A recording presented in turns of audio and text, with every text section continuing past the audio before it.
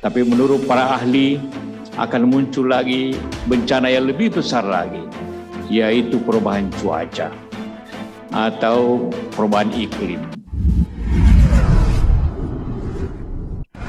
Rupanya ucapan profesor yang juga mantan dubes Singapura soal kejeniusan Jokowi bukanlah isapan jempol.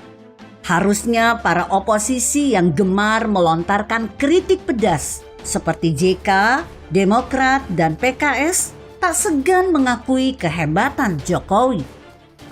Saat mereka teriak-teriak lockdown, Jokowi bekerja senyap mengamankan vaksinasi sembari menggodok kebijakan PPKM.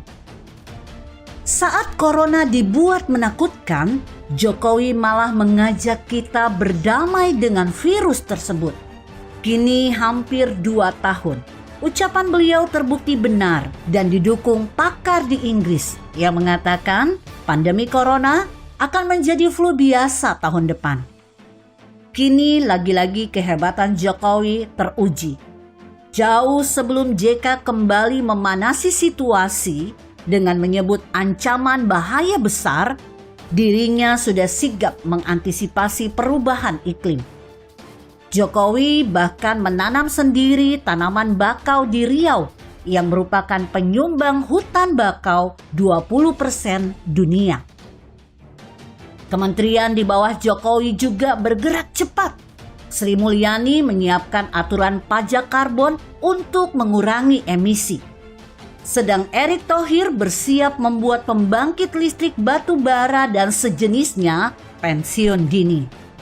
Itu semua dilakukan untuk menanggulangi dampak perubahan iklim.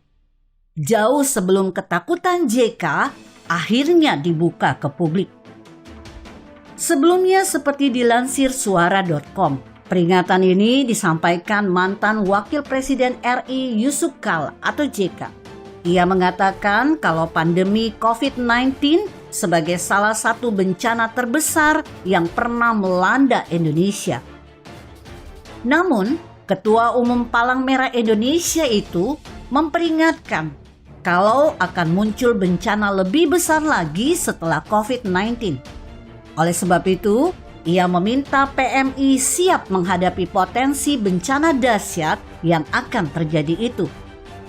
Hal itu disampaikan JK dalam acara pelantikan pengurus PMI DIY masa bakti 2021 hingga 2026 di Bangsal Kepatihan Yogyakarta pada Sabtu 9 Oktober 2021. Hari ini kita selalu mendengarkan bagaimana dahsyatnya COVID-19. Tetapi kata para ahli akan muncul bencana yang lebih besar lagi, yaitu perubahan cuaca atau perubahan iklim, ujarnya. Dia mengatakan bencana akibat perubahan iklim seperti banjir telah melanda sejumlah negara di benua Eropa, Amerika Serikat, Asia, dan Afrika. Maka Indonesia mau tak mau harus bersiap-siap. Banjir, gempa bumi, dan bahaya-bahaya dari perubahan alam. Karena itulah, di samping kita mengatasi masalah COVID-19 ini, kita juga harus siap mengatasi bencana-bencana alam selanjutnya apabila ada, ujarnya. Lebih jauh JK menambahkan, PMI selalu berusaha bekerja dengan baik dan secepat-cepatnya membantu masyarakat sesuai prinsip kemanusiaan tanpa mempunyai batasan diskriminatif. Selain memberikan pertolongan, menurutnya para relawan PMI juga perlu hadir untuk memberikan informasi dan pemahaman kepada masyarakat mengenai upaya memperbaiki lingkungan. Harus juga memberikan mitigasi kepada masyarakat, serta memberikan penjelasan kepada masyarakat, memberikan bantuan informasi kepada masyarakat. Karena hanya dengan bantuan itu kita dapat mencegah bahaya yang lebih besar, tegasnya. Jokowi sendiri sudah melakukan hilirisasi nikel sejak awal tahun kemarin. Nikel mentah yang biasanya hanya diekspor, kini diolah menjadi baterai kendaraan listrik. Ini juga bagian dari upaya percepatan untuk mendukung transportasi bebas emisi. Meski kendaraan listrik tak serta-merta menghilangkan emisi, setidaknya bisa menurunkan kadar emisi yang dibuang. Langkah ini juga didukung Ahok yang kini diberitakan meniadakan kategori Pertalite yang tidak memenuhi persyaratan ambang batas emisi. Kita yakin strategi Jokowi untuk mengatasi perubahan iklim jauh lebih jitu ketimbang nyinyiran oposisi. Setidaknya ia tak pernah menebangi pohon-pohon di Monas seperti jagoan JK di DKI. Percuma saja kampanye langit biru kalau tidak bisa menjaga kelestarian hutan, apalagi yang bersifat cagar budaya. Harusnya JK bisa menegur Anies soal ancaman bahaya yang lebih besar ketimbang COVID-19 berupa perubahan iklim.